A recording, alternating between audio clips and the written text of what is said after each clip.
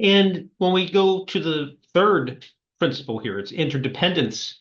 And what they describe the interdependence focus as the GONA initiates the planning process to assess resources and relationships and to experience and strengthen interconnectedness.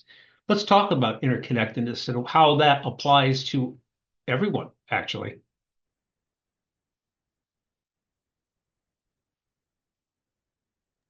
Who would like to take that topic?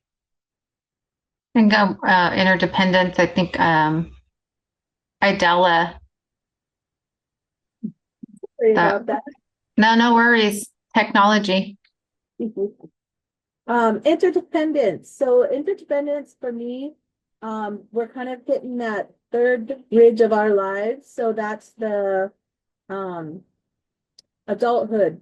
And also in adulthood is when we're really trying to learn how to help ourselves, but help others too. And so this is where we get the opportunity to start working together. One of the things I really love about this theme and introducing this theme is um, we have it, it's called Tuckman's process. And so we start teaching about forming, norming, storming, performing a journey and how we are to be working with each other. Because a lot of times in our indigenous communities, especially with our grassroots up type of approach, is we need to learn how to get together. And so utilizing the medicine wheel in those four directions. In this one, we really have the opportunity to realize that we're coming together, but how do we set up a group? And when we start teaching about these group dynamics, we can start looking at our tribal councils, our programs, our ceremonies also, and kind of look at the stages of development, a team development. And so we help our participants to understand this so that way when they're engaging outside of GONA, they're going to remember how I feel, what I heard, what I saw, and what I felt. And that also goes into what we call our Belmont process.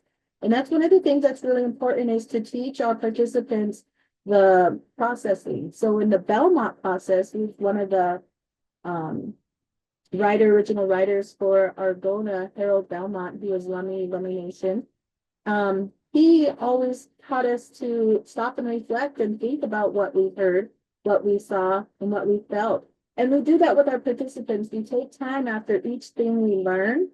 And we like to do that a couple of times during these different pillars to kind of figure out and hear from the participants. What did they hear about the story that was told? What did they feel about that story and how it was told? And what did they see?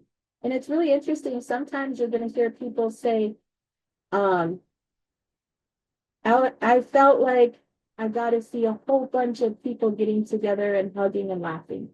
And so sometimes it's not necessarily what I saw, but they're feeling something they saw. And so it's a different type of processing. And we give everyone a chance to do that. And we do it together. So it's kind of popcorned out. So nobody, feels like, oh my gosh, I'm talking too much. But it's an opportunity to hear themes from our participants. The other thing with interdependence, one of the activities I really love in interdependence is when we start looking at how to support the community. What does our community need? One of our activities we do in this place is called superhero. So, for example, we ask the groups to get together and we ask them to come up with a superhero. If they could create a superhero for their community, what would that look like?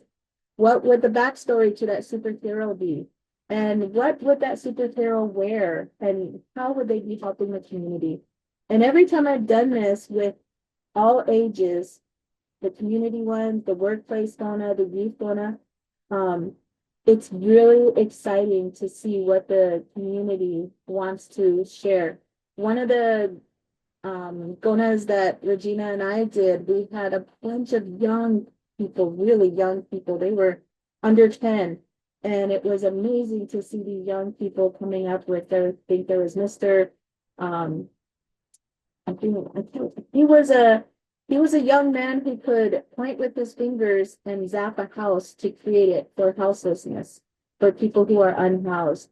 That was a huge problem in our community. And here's this 10-year-old with the other young people creating um, a superpower that creates homes for people. Now that's really exciting because I've never asked a little kid, what do you see as an issue to homelessness?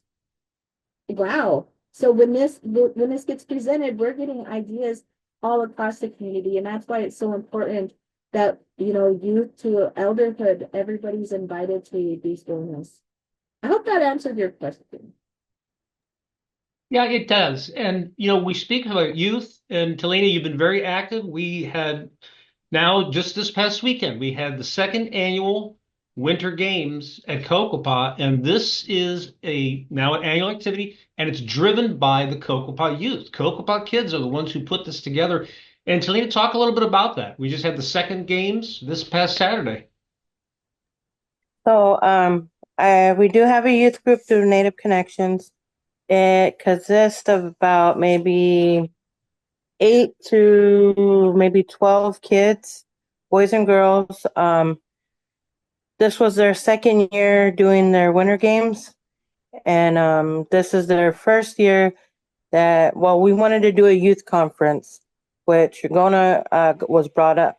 So I'm trying to get the kids involved with this GONA to help to participate in it. And with winter games, they loved it. They loved it because they got to run it. They were the refs and stuff like that. They loved it. And for them to speak up in front of people, they're getting better at it. Some of these kids are part of another group outside of the tribal organizations. They play peon and they do bird singing and dancing.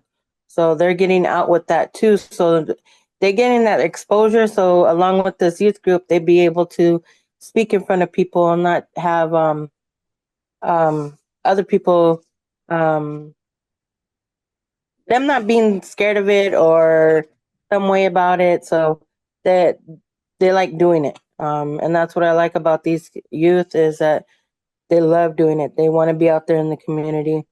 Thing about our tribe, our community is there's not enough things for the youth.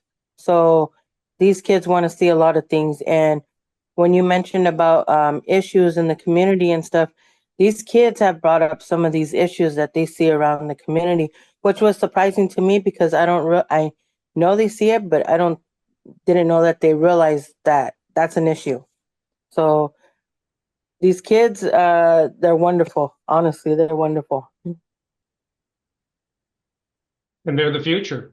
That's why we're here. That's why we do what we do. Everything we do here is based on people, the Cocopah people, the Native American community.